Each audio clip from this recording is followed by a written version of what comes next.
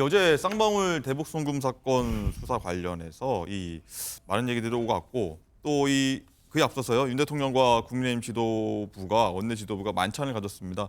한동훈 대표가 빠진 자리라서 굉장히 좀 뒷말이 많았었는데 다음 들으실 내용에서는 나오지 않지만 우리는 하나다 이렇게 했다고 하죠. 목소리 듣고 얘기 이어가겠습니다.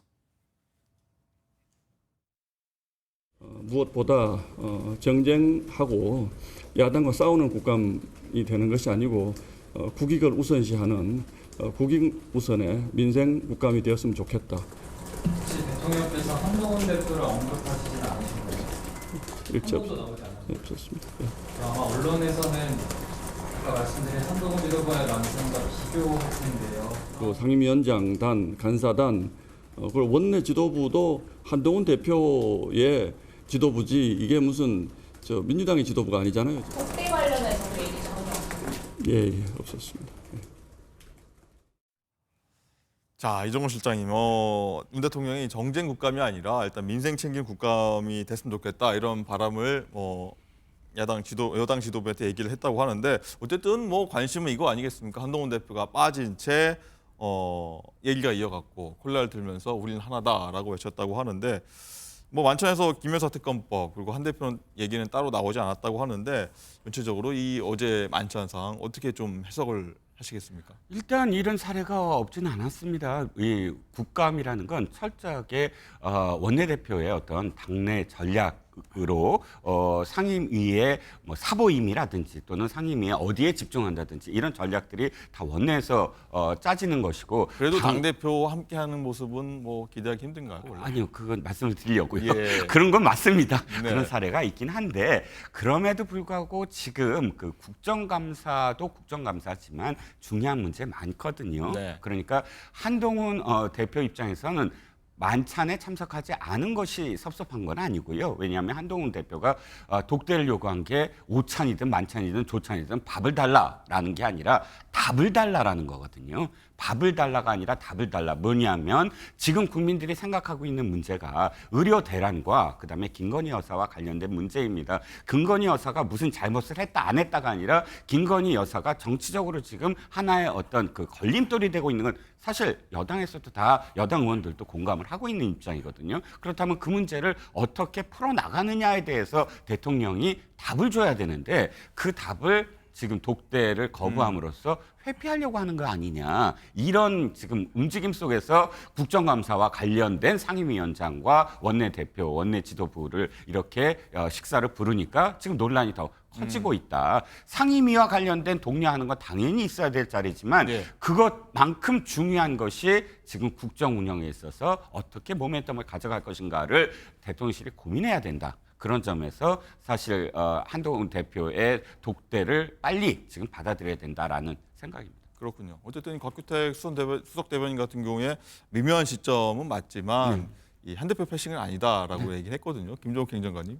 패싱이 아닌 겁니까? 굳이 이런 자리에 당대표는 없어도 되는 겁니까? 어떻습니까? 곽규택 대변인이 뭐라고 얘기를 하겠습니까?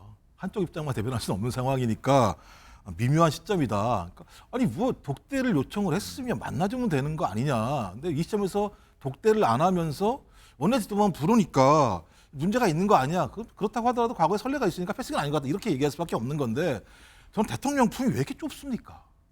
아니 한동훈 대표가 독대를 요청을 한 것 자체가 제가 좋은 방식은 아니라 생각해요. 그걸 공개했으니까요. 그리고 또 재독대를 요청했음에도 불구하고 거기서 아무런 반응이 없다가 원내 지도부만 불러서 밥을 먹으면 이런 논란이 안 생길 거라고 대통령실이 판단했다는 것 자체는 문제일 거라는 생각이 들기 때문에 아마 이런 것들도 다 예상해서 한동훈 대표를 좀 안 불렀다는 생각이 들거든요. 그럼 이유는 뭐냐? 나와 생각이 다르면 대화할 생각이 없어라고 우리는 이해할 수밖에 없잖아요. 그러니까 한동훈 대표가 대통령 뜻과 다른 생각을 갖고 있다면 만나봤자 합의될 내용은 아무것도 없어. 근데 뭐하러 만나? 라는 생각이 있는 것. 이건 매우 안 좋은 방식의 독단적 국정 운영이라는 생각이 들고요. 두 번째 문제 같은 경우는 말씀하신 것처럼 특검법이 걸려 있습니다. 네. 그러니까 재의결을 표결해야 되는 문제지 않습니까? 그 누가 합니까 표결을? 국회의원들이 할 수밖에 없죠. 저는 이탈 방지를 위한 그러니까 채찍과 당근을 구사하는 것 같다는 생각이 많이 들기 때문에 그럼 이 대통령은 진짜 국민을 위해서 국정 운영을 하는 건가? 아니면 본인과 본인의 부인을 위해서 국정을 하는 건가? 라고 하는 의구심들이 국민 사이에서 야당 사회에서 나오는 겁니다. 제가 볼 때 좀 품이 좀 넓은 정치를 하셨으면 좋겠어요. 알겠습니다. 이와 관련해 한동훈 대표는 조금 전에 이렇게 밝혔다고 합니다. 예정된 만찬이었고 특별히 드린 말씀은 없다. 이렇게 가름을 했다고 합니다. 자, 그리고 이런 상황에서 정치권 핫 이슈 중에 하나입니다. 이 김대남 전 대통령실 선임 행정관의 통화 녹취 여진 계속해서 이어지고 있는데 이 국민의힘에서는 감찰하고 고발까지 하겠다 이렇게 검토하고 있다고 합니다. 국민의힘 한지아 수석 대변인 어떤 얘기했는지 듣고 오겠습니다. 감찰이라는 것은 결국엔 당내에 여러 가지 절차들이 있을 텐데 윤리위를 포함한 당내 절차들을 저희가 진행하려고 하고 있습니다. 당내에 있는 당원이 당 대표 후보가 될 수 있는 분에게 좌파 언론에 차지를 해서 비판이나 공격을 한다는 것 자체는 사실은 해당 행위에 들어갈 수밖에 없다고 저희는 판단합니다. 네, 이종원 실장님 굉장히 네. 커지고 있는 것 같습니다. 이 사안이 이 여당 진상조사 소식에 김 전 행정관이 탈당을 했고요. 대통령실과 연관이 없는 얘기다라고 일단 부인을 했고 국내에서는 또 별개로 법적 조치를 검토하고 있고 자, 이 윤리 차원에서는 또 총선 백서 특위 이 비공개 내용이 어떻게 이 김 전 행정관한테 전달됐냐 또 배우는 뭐냐라고 밝히겠다고 하는 상황인데 자, 커질 것 같습니다. 그렇죠. 뭐 사실 커져야 된다고 저는 생각을 해요. 왜 커져야 되냐면 정치권의 어떤 관행 중에 하나가 선거 기간 동안 상대방의 네거티브, 상대방의 어떤 흠이나 혹은 또 의혹들을 키워서 네거티브 전략으로서 어떠한 매체에 이 정보를 흘려서 그 매체로 보도를 함으로써 상대방의 흠집을 내서 자기가 원하는 어떤 후보가 당선되게 하는 행위. 사실은 대단히 비일비재해 왔습니다. 그런데 그것을 아예 지금 자랑스럽게 다 공개를 했잖아요. 그렇다면 이건 당 차원에서 당연히 이런 일들이 다시 발생하지 않도록 엄중하게 지금 어떤 뭐 처벌이라든지 또는 지금 뭐 탈당계를 만약에 제출했다고 한다면 고발을 통해서라도 이제 이 당에서 다시는 이런 일이 일어나지 않도록 하는 것은 너무 당연한 것이고요. 아까 비공개 운운한 부분은 좀 더 들여다봐야 되겠지만 또 거기에 대해서 김대남이라는 지금 그 감사는 해명을 합니다. 다 알려진 사실이다. 다 알려진 사실을 굳이 매체에 얘기한다는 것도 말이 안 되고 또 알려진 사실이라는 것이 정확한 사실도 아니었어요. 제가 보면 한동훈 대표, 당시 한동훈 비상대책위원장의 어떤 이미지만을 공약시키기 위해서 뭐 대통령 후보들의 어떤 여론조사를 했다. 이게 아니라 15개의 질문이 있더라고요. 네. 뭐 당의 어떤 지지율이라든지 이 당의 전체적인 어떤 내용 중에 당 대표들의 그 비교, 당대표의 지지율 비교 이 항목을 갖고 마치 한동훈 비상대책위원장의 대권을 위한 뭐 여론조사 다 뭐 이렇게 표현하고 네. 있는데 사실 팩트도 틀렸고 또 이 문제는 커지더라도 정확하게 단죄될 부분 단죄되어야 된다고 네. 생각을 합니다. 네, 한동훈 대표가 조금 전에 이 정상 언론이 아니라 이 일반적인 언론이 아니라 좌파 유튜브에 허위 공격 사주를 했다. 선을 많이 넘은 해당 행위다 이렇게 밝혔다고 하는데 자, 김종욱 행정관님 이 친한계에서는 어쨌든 조직적인 플레이다. 이 배우 밝히자 하고 있고 친윤계에서는 아니 이게 무슨 조직적인 거냐 개인 일탈이다 이렇게 일축을 하고 있는 상황인데 양측이 좀 뭐 갈등도 있어 보이고 뭐가 맞아 보이는지도 궁금합니다. 하여튼 모든 사단은 최근에는요 대통령실과 집권 여당에서 나오는 사건들이 계속 발생하고 있어요. 그러니까 저는 그렇다면 그간의 과정에서 상당히 큰 문제가 있었다라고 많은 국민들은 추정할 수밖에 없는 건데 이게 두 번째 녹취 내용 아니겠습니까? 첫 번째랑 연관이 됩니다.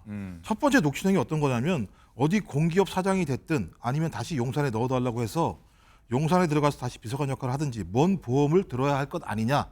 그러니까 뭔 보험을 들어야 할 것 아니냐. 그러니까 자기가 어떤 성과를 내야 되는 거 아니냐라는 얘기를 한 거예요. 근데 두 번째 녹취가 이 성과, 보험을 들기 위한 거 아니냐라고 추정해 볼 수 있는 내용이 있는 거예요. 말씀하신 것처럼 자, 니네가 잘 기획해서 한동훈 대표를 공격하면 김건희 여사가 좋아할 거야라고 하는 것이 하나의 내용이고 그러니까 이제 말씀하셨던 저희 대비 내용들을 본인이 알아서 그 자체가 한동훈 비대위원장이 자신을 위해서 소위 당비를 갖다가 개인이 활용한 거야라고 하는 내용이고 세 번째가 한동훈 자녀도 다뤄봐 이런 내용들을 얘기했는데 이 내용이 이후에는 어떻게 됐느냐? 본인이 진짜 가장 좋은 자리에 공기업 감사위원으로 들어간 일까지 벌어졌습니다. 그렇다면 이게 김대남 씨 개인적인 능력으로 됐겠는가라고 하는 당연히 의구심을 가질 수밖에 없는 것이고 그러니 소위 지금 국민의힘에서는 배우를 수사해라고 얘기하는 겁니다. 저는 이게 어떤 일이 벌어진 거냐? 공천 개입, 선거 개입, 인사 개입까지 벌어진 중대한 사태예요. 네. 이 내용만 보면 저는 이런 사실도 밝혀내지 못한다면 제가 볼 때는 대통령실이든 국민의힘이든 국민에게 고개를 들 수 없을 거라는 생각이 들기 때문에 이건 대통령실과 국민의힘의 논쟁을 떠나서 수사 대상으로 사실을 밝혀내는 것이 아주 중요하다고 생각합니다. 알겠습니다.